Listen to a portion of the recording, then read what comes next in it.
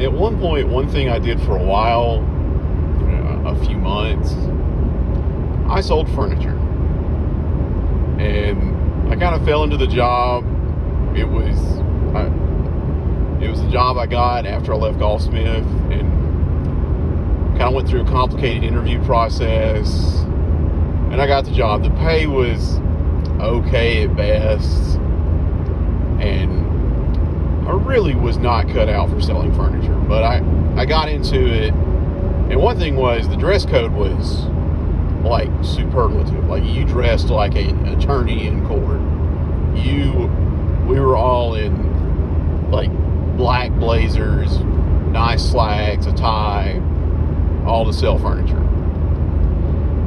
And one thing you'll probably realize really quick is nobody wants to buy furniture from men. It's like a man being a bra salesman at Victoria's Secret. Do you think women are going to be like, yeah, I can't wait to buy a bra from him, or buy underwear from this man that doesn't know anything about anything? Because with furniture, they're going to want to deal with women, because women are like, oh, this will look so nice with your window treatments. So I was behind the 8 ball from the start there. And then the other issue was, because I was new and green, I came up last on the up system. The up system being, whoever sold the most last month gets first dibs on customers. Whoever came in second gets second. Whoever came in third gets third. So on and so forth. And I was down 8th or 9th. So that meant you had to wait on customers to come in, and on like a good Tuesday, you might not see anybody for the first 2 hours. And that person that comes in may just be coming in to make a payment. So you're sitting there waiting to see customers that you may not get to see. And what they expected while you weren't working was to have product knowledge, because that is the only way a man can sell furniture. Even if you're like a great salesman, you have to have knowledge. You have to have an understanding of what you're selling. So if they ask you something and you can tell them all about the product, like, oh, this guy knows something. They may not know what color goes with what, but it's he knows his stuff. And they trained me pretty well, because the lady that trained me, the sales manager, she'd been there for 30 years. And she trained me, and I remember the first time we did a role play, I picked out some stuff, and she's like, seriously, those 2 colors? Do you not know anything about what matches? I said, apparently not. Apparently I don't. The only benefit to being last was whoever called, you got first dibs. So that meant one day somebody called wanting something, so I lucked into a sale. And I got the sale, and that's when I learned the same thing I've learned in many other sales environments, is no sale was ever good enough. All right, you made the sale, but did they get the warranty? Oh, they didn't want it. Well, what did you say? I told them, I was like, they need to get the gold package. It covers everything but pet damage. Like, but I have pets. So, well, that's the only thing it won't cover. Everything else it'll cover. They said they didn't want it. They said they'd take the risk. I said, well, next time you need to get gold. Because if you don't get gold, which is what they call the warranty plan, the building will catch on fire, and that's just a lousy sale. I was like, okay, thanks for the encouragement. Had one customer and made one sale, because we got paid on closing percentage. Because a lot of times with furniture, it's not something people come in and buy that day. Occasionally, yes, but it's something they think about. Because I remember my parents were going to buy new furniture, and they looked for something like 5 years. So it's a quick process. So somebody might come in and they looked at stuff. Well, you got to get their information, put them in the system, tell what you did, and get back in touch with them, get them to come back in. Kind of like a car sales. Like, you do the same thing in car sales. And the people, say somebody came in and you weren't working, they were good about this. I will hand it to them there. If they'd already dealt with you and they came in to buy and somebody else was there, you got credit for the sale. Everybody there was honest.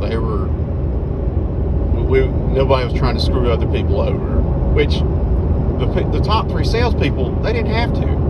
They were making, all 3 of them were making 6 figures because they were so good, and they've been there for 30 years. So when you've been somewhere 30 years, you're going to have return customers, children of customers, grandchildren of customers, and everything else. And the manager was a workaholic. He was from Atlanta, but he'd moved to where we were, lived in an apartment, and he worked every single day.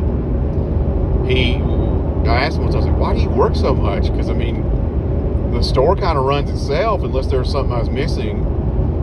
But he just like, I get bored at home. He said, because my wife's in Atlanta and I'm in this apartment by myself, and I get bored. I just come by here and work. And he didn't have to worry about sales, and he was pretty good about helping and answering questions. So that part was nice. It was nice being helped. But the annoying person was, we had an interior design person. And she offered her services, and we were supposed to try to include that, because if you got interior design for someone's living room or house, you're talking a large sale. And that's where they kind of made their money, was you did that. But she was a pain in the ass, because she would want us to do, she's like, all right, you've got $1,000 budget.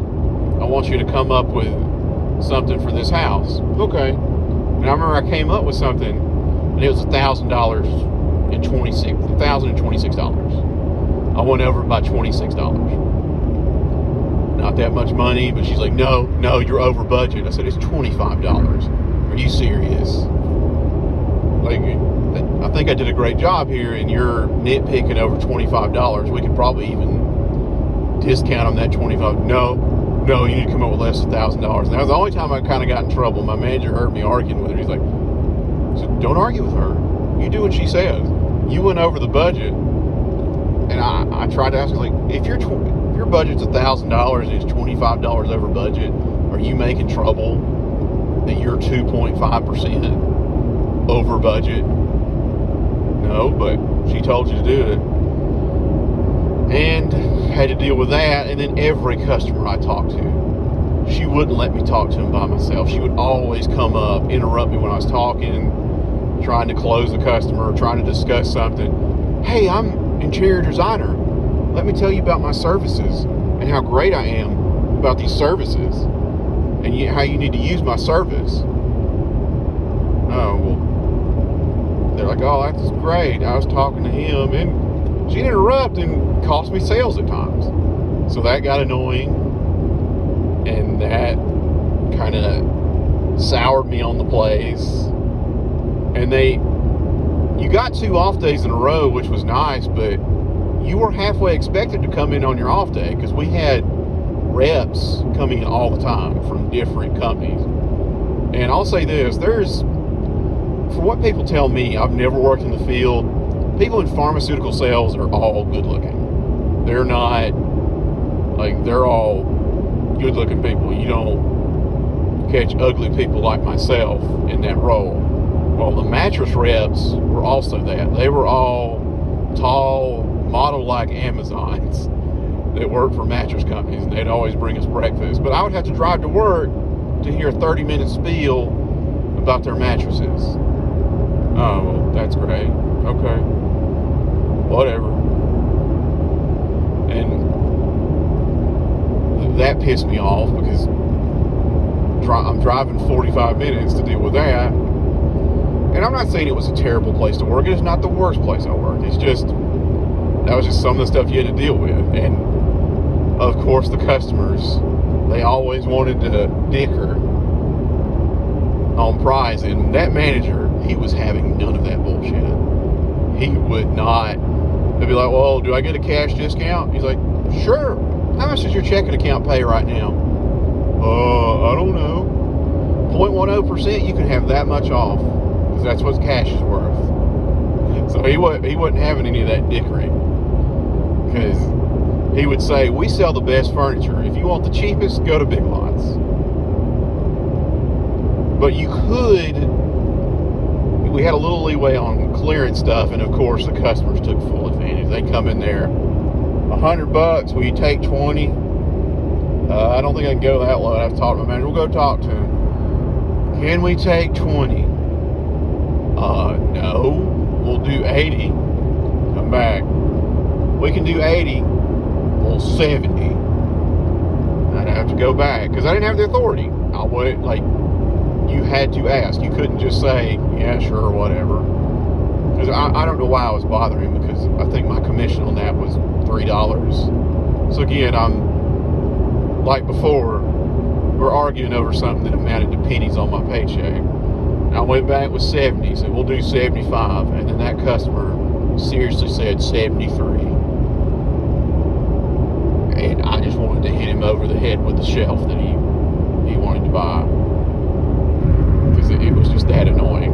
And eventually I just realized there was something else I wanted to do, and that's kind of when I went into my Air Force spiel, trying to do that. And then I probably would have been able to stay anyway, because about a month after I left, my dad had his aneurysm.